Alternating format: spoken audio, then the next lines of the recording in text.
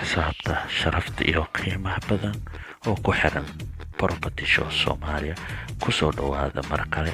Maanta waxaan idin sidnaa 3 bedroom to 4 bedroom apartment oo ku yaalo Tatu City.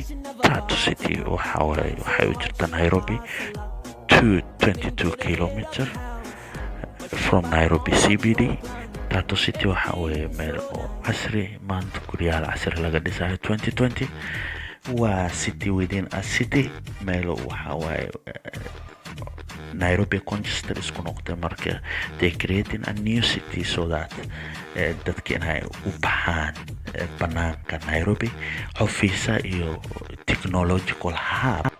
marka Tatu City waxay noqonaysaa technological hub of Kenya. marka guryaha casri oo qiimaha badan oo ay laga dhisaya. marka please subscribe, share xagii waaye. marka nala socda walaalayaalo, subscribe kana ha naga hilmaamina. Thank you very much for watching. Thanks.